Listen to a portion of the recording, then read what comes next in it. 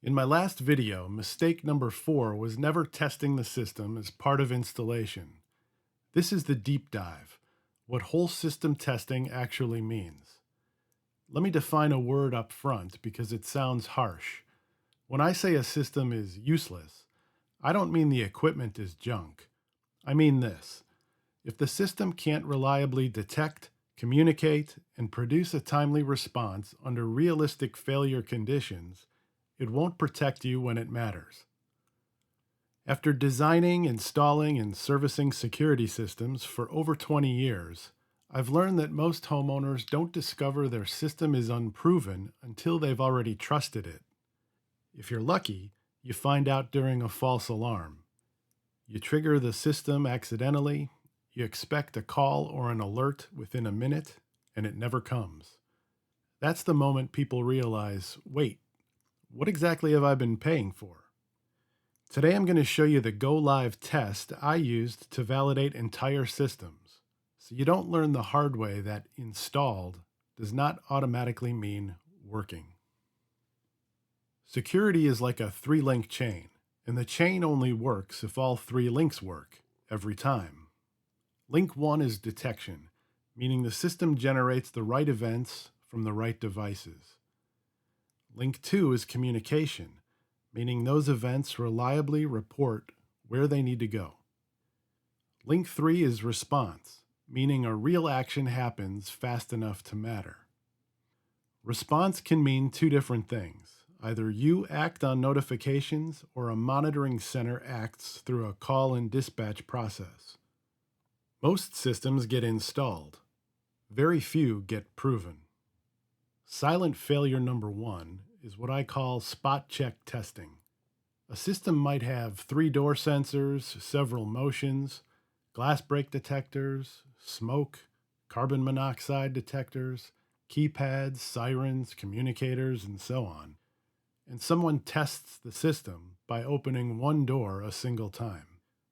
That's not system testing, that's a spot check. Go live testing means every device gets validated. Not one of each type, not a few zones, not the easy ones. Every device. Because the device you didn't test is the one that fails quietly. Here's the professional way to think about go live testing. It's a matrix with devices, signal types, and outcomes. Devices mean every sensor, every keypad function, every communicator, every siren. Signal types are not just alarms, but also trouble and maintenance conditions. Outcomes include correct labeling, correct priority, correct recipient, correct response. If you don't validate the matrix on day 1, you're not proven, you're assuming. And assumptions are where security systems fail silently. Most homeowners think a sensor only has one job, like door opened. But many sensors can generate different classes of signals. For example, a basic door sensor might generate an intrusion event when the door opens in an armed state, open-close status events when it's disarmed, a tamper signal if the cover is removed, a low battery condition, a supervision failure if it stops checking in. Those signals aren't supposed to look the same, and they're not supposed to produce the same response. If you don't test these signal types at go live, you don't know what the system will do later when it matters. So here's the whole system go live test in 2 rules. Rule number 1, every device. Rule number 2, every relevant signal type. Then we verify the chain, detection, communication, and response. I'm going to break this idea into 5 proofs that cover the full chain, and that you can use whether you're self-monitored or professionally monitored. Proof number 1 is the inventory proof. Before you test signals, you verify that every device is enrolled correctly, named correctly, and supervised correctly. If you have a front door and a garage door, those labels must match reality, because in a real event, confusion can cost time. Here's the standard. If every device is present, named correctly, and supervised, you're good. If you have missing devices, vague names, or supervision issues during week 1, you're not proven yet. Proof number 2 is for signals. This is where most testing is incomplete. You don't just test for door opened, you test the signal types the system is capable of detecting and reporting for each device. At minimum, you prove 3 categories: alarm events, such as intrusion, fire, or panic; trouble events like tamper or communication trouble; and maintenance events, such as low battery, supervision failure, incorrect status, or restore. You then verify the system treats each category differently. An alarm should be unmistakable. A trouble condition should be visible and actionable. A maintenance condition should surface early enough to fix. If events are clearly labeled, correctly prioritized, and routed to the right place, you pass. If everything looks the same, or the system mislabels what happened, you fail. Here's a simple example. A door contact can generate multiple signals. Door opened while armed, that's an intrusion condition. Door opened while unarmed, that's an open-close status event, perhaps useful for integration with a wider automation system, like when a door opens, turn the room light on. We'll dive much deeper into security systems as home automation triggers in future videos. If a cover is removed or the circuit is tampered with, that's a tamper condition, which should produce a trouble alert even if the system is disarmed. A low battery on a wireless sensor is a maintenance issue. Supervision failure for a wireless sensor can be either a maintenance or trouble signal depending on the system. At Go Live, you don't need to be a technician.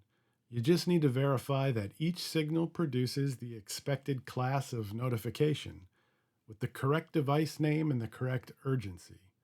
That's how you prevent the "I had no idea this was happening" problem later. Proof number 3 is the power proof. Good systems continue to run even if they lose power. Unplug power to your system and verify. The system stays in the protection state you expect. It generates a clear power loss condition, and it recovers cleanly when power is restored. Stable behavior and clear reporting means pass. If it gets confused, loses protection, or doesn't recover cleanly, that's a fail. Proof number 4 is the path for communication. Here you identify the primary reporting path and any backup communication path.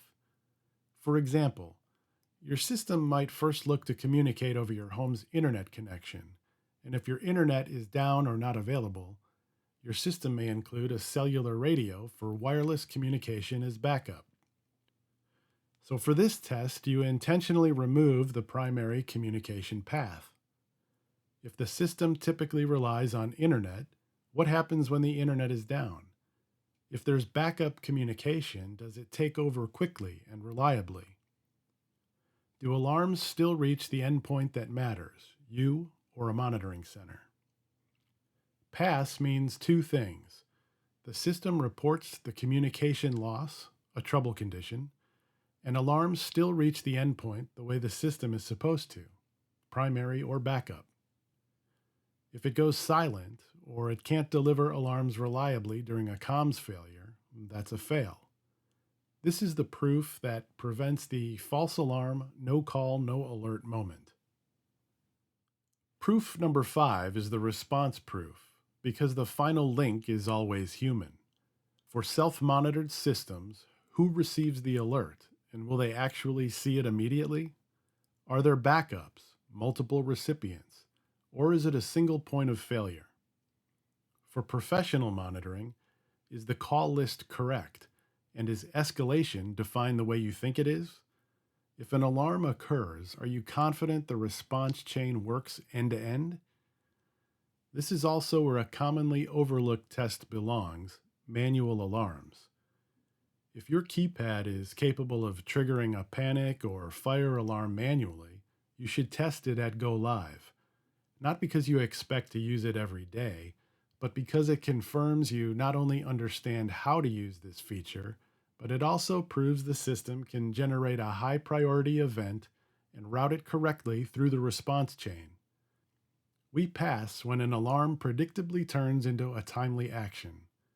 We fail when alerts don't reach the right people, escalation doesn't happen, or the event is misclassified. If you're shopping for a system or an installer, this is the takeaway. Before you sign off, require a whole system go live test that validates every device, every relevant signal type, and the full chain: detection, communication, response. If someone can't explain how they validate this, you're not buying a proven system, you're buying assumptions. And assumptions are exactly how security systems fail silently. Comment one word: inventory, comms or path, or response. Which area do you want to see a deep dive on next? In an upcoming video, I'll show you a professional framework for evaluating systems and providers before you commit, so you can make a smart decision before you spend money or sign anything.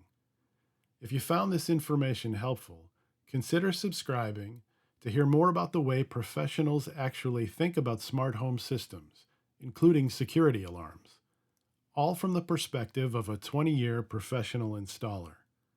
Thanks for watching. I'll see you in the next one.